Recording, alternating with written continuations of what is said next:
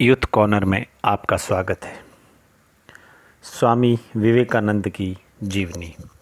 आज मैं एक ऐसे महापुरुष के बारे में बात करूंगा, एक ऐसे शख्स के बारे में बात करूंगा जिन्होंने अपने विचारों से हिंदुस्तान में ही नहीं विश्व में लोहा मनवाया है। 12 जनवरी 1853 को कोलकाता में जन्मे स्वामी विवेकानंद जी का बचपन का नाम नरेंद्र नाथ दत्त था। उनके गुरु थे श्री रामकृष्ण परमहंस। आधुनिक वेदांत और राजयोग दर्शन को मानने वाले एक महान पुरुष। राजयोग, कर्मयोग, भक्ति योग, ज्ञान योग और माई मास्टर को उन्होंने अपना कर्म और कार्य मान लिया था। एक महान कथन और बड़ा विश्व प्रसिद्ध कथन उन्होंने कहा था, उठो जागो और तब तक नहीं रुको जब तक मंजिल प्राप्त न हो जाए। वेदांत के विख्यात और प्रभावशाली आध्यात्मिक गुरु थे। उनका वास्तविक नाम नरेंद्र नाथ दत्त था। उन्होंने अमेरिका स्थित शिकागो में सन 1893 में आयोजित विश्व धर्म महासभा में भारत की ओर से सनातन धर्म का प्रतिनिधित्व किया था। भारत का वेदांत अमेरिका और यूरोप के हर एक देश में स्वामी विवेकानंद की वक्तता के कारण ही पहुंचा। उन्होंने रामकृष्ण मिशन की स्थापना की थी, जो आज भी अपना काम कर रहा है। वे रामकृष्ण परमहंस के सुयोग्य शिष्य थे।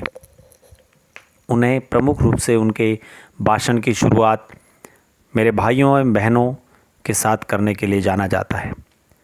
उनके संबोधन के इस प्रथम वाक्य ने सबका दिल जीत लिया था।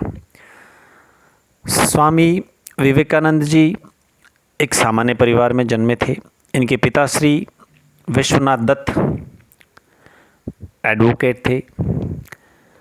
उनके पिता पाश्चात्य सभ्यता में विश्वास रखते थे। वे अपने पुत्र नरेंद्र को भी अंग्रेजी पढ़ाकर पाश्चात्य सभ्यता के ढर्रे पर चलाना तो चाहते थे। इनकी माता श्रीमती भुवनेश्वरी देवी जी धार्मिक विचारों की महिला थी। उनका अधिकांश समय भगवान शिव की पूजा अर्चना में व्यतीत होता था।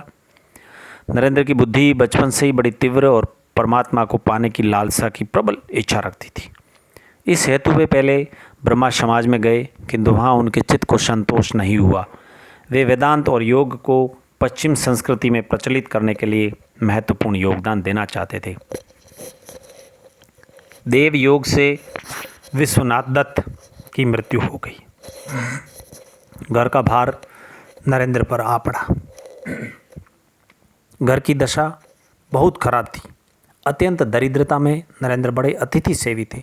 स्वयं भूखे रहकर अतिथि को भोजन कराते, स्वयं बाहर वर्षा में रात भर भीगते ठिठुरते पड़े रहते, लेकिन अतिथि को अपने बिस्तर पर सुलाते। स्वामी विवेकानंद अपना जीवन अपने गुरुदेव श्री रामकृष्ण परमहंस को समर्पित कर चुके थे। गुरुदेव के शरीर त्याग के दिनों में अपने घर और कुटुंब की नाजुक हालत की चिंता किए बिना, स्वयं के भोजन की चिंता किए बिना वे गुरु सेवा में सतत लगे रहे। गुरुदेव का शरीर अत्यंत रुग्ण हो गया था। विवेकानंद जी बड़े स्वप्न दृष्टा थे। उन्होंने एक नए समाज की कल्पना की थी।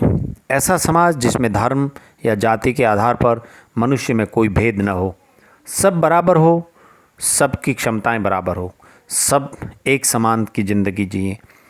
उससे सबल बौद्धिक आधार शायद ही ढूंढा जा सके। विवेकानंद जी को युवकों से बड़ी आशाएं थी। आज के युवकों के लिए ही इस ओजस्वी सन्यासी का यह जीवंत व्रत लेखक उनके समकालीन समाज एवं ऐतिहासिक पृष्ठभूमि के संदर्भ में उपस्थित करने का प्रयत्न किया। यह भी प्रयास रहा उनका कि इसमें स्वामी विवेकानंद के सामाजिक दर्शन एवं उनके मानवीय रूप पर भी प्रकाश डाला जाए। स्वामी विवेकानंद जी बहुत ही कुशाग्र बुद्धि के तो थे ही थे, लेकिन जन्म से थोड़े नटखट थे। अपने साथी बच्चों के साथ तो वे शरारत करते ही थे। मौका मिलने पर वे अपने अध्यापकों के साथ भी कभी कभी शरारत करने से नहीं चूकते थे। नरेंद्र के घर में नियम पूर्वक रोज पूजा पाठ होता था। धार्मिक प्रवृत्ति की होने के कारण माता भुवनेश्वरी देवी को पुराण, रामायण, महाभारत आदि की कथा सुनाने का बड़ा शौक था। कथावाचक बराबर उनके घर आते रहते थे। नियमित रूप से भजन कीर्तन भी उनके घर में लगा रहता था। परिवार के धार्मिक एवं आध्यात्मिक वातावरण के प्रभाव से बालक नरेंद्र के मन में बचपन से ही धर्म एवं अध्यात्म के संस्कार बहुत गहरे हो चुके थे। माता पिता के संस्कारों और धार्मिक वातावरण के कारण नरेंद्र के मन में बचपन से ही ईश्वर को जानने, ईश्वर को प्राप्त करने की लालसा दिखाई देती थी और उनकी क्यूरियोसिटी बढ़ती जा रही थी। गुरु को बहुत अधिक मानते थे। एक बार किसी ने गुरु की सेवा में घृणा और निष्क्रियता दिखाई तथा घृणा से नाक थोड़ी चौड़ी सिकोड़ ली। यह देखकर स्वामी विवेकानंद को बड़ा क्रोध आ गया। उस गुरु भाई को पाठ पढ़ाते और गुरुदेव की प्रत्येक वस्तु के प्रति प्रेम दिखाते हुए उनके बिस्तर के पास रक्त, कफ आदि से भरी थूकदानी उठाकर फेंक डाली। गुरु के प्रति उनमें बहुत सम्मान था। अमेरिका में उन्होंने एक बहुत ही विश्व प्रसिद्ध भाषण दिया था।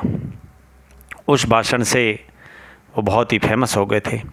विश्व में कई यात्राएं करी।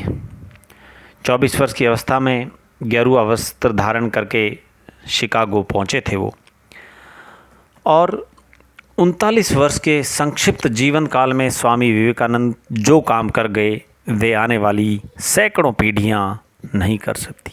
30 वर्ष की आयु में स्वामी विवेकानंद ने शिकागो अमेरिका में विश्व धर्म हिंदू सम्मेलन में प्रतिनिधित्व किया था और सार्वभौमिक पहचान दिलाई, मात्र 39 वर्ष की उम्र में। रोमारोला के बारे में उनका कहना था कि उनके द्वितीय होने की कल्पना करना भी असंभव है। वे जहाँ भी गए सर्वप्रथम रहे।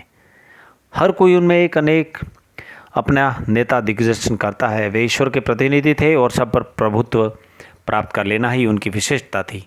हिमालय प्रदेश में एक बार जब एक अनजान यात्री उन्हें देखकर ठिठक कर रुक गया और आश्चर्यपूर्वक चिल्ला उठा, शिव!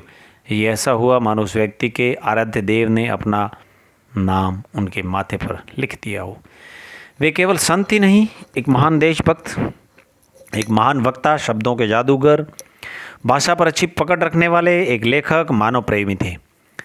अमेरिका से वापस लौटे तो उन्होंने देशवासियों को आह्वान करते हुए कहा था कि नया भारत निकल पड़े मोदी की दुकान से, भड़बूचे के भाड़ से, कारखाने से, हाट से, बाजार से निकल पड़े झाड़ियों और जंगलों से, पर्वतों से, पहाड़ों से। और जनता ने स्वामी जी की इस पुकार का उत्तर दिया। वह गर्व के साथ निकल पड़ी। गांधी जी को आज़ादी की लड़ाई में जन समर्थन दे दिया। स्वामी विवेकानंद के आह्वान का ही फल था कि गांधी जी के पीछे इतनी बड़ी संख्या में लोगों ने जन समर्थन दिया। इस प्रकार वे भारतीय स्वतंत्रता संग्राम के भी एक प्रमुख प्रेरणा स्रोत माने जाते हैं। उनका विश्वास था कि पवित्र भारतवर्ष धर्म एवं दर्शन की पुण्यतिथि है। यही बड़े बड़े महात्माओं एवं ऋषियों मुनियों का जन्म हुआ था। यही संन्यास एवं त्याग की भूमि है। यही आदि काल से लेकर आज तक मनुष्य के लिए सर्वोच्च आदर्श और मुक्ति का द्वार खोलने वाली यह धरती है। उठो, स्वयं जागकर औरों को जगाओ, अपने नर जन्म को सफल करो और जब तक न रुको तब तक कि अपना लक्ष्य प्राप्त न हो जाए। शिक्षा को लेकर बहुत ही क्लियर थे। स्वामी विवेकानंद मैकाले द्वारा चलाई गई इंडिया के अंदर शिक्षा पद्धति जो प्रचलित थी उसमें अंग्रेजी व्यवस्था के घोर विरोधी थे, क्योंकि इस शिक्षा का उद्देश्य सिर्फ और सिर्फ बाबुओं की संख्या बढ़ाना था, सिर्फ और सिर्फ नौकर पैदा करना था। इस शिक्षा के प्रति उनमें बहुत ही ज़्यादा घृणा थी। स्वामी विवेकानंद जी के शिक्षा के दर्शन के कुछ आधारभूत सिद्धांत थे, जिन सिद्धांतों को लेकर उन्होंने पहचान बनाई। उनके ओजस्वी और सारगर्भित व्याख्यानों की प्रसिद्ध विश्व भर में जीवन के अंतिम दिन तक उन्होंने शुक्ल यजुर्वेद की व्याख्या की और कहा एक और विवेकानंद चाहिए यह समझने के लिए कि इस विवेकानंद ने अब तक क्या किया।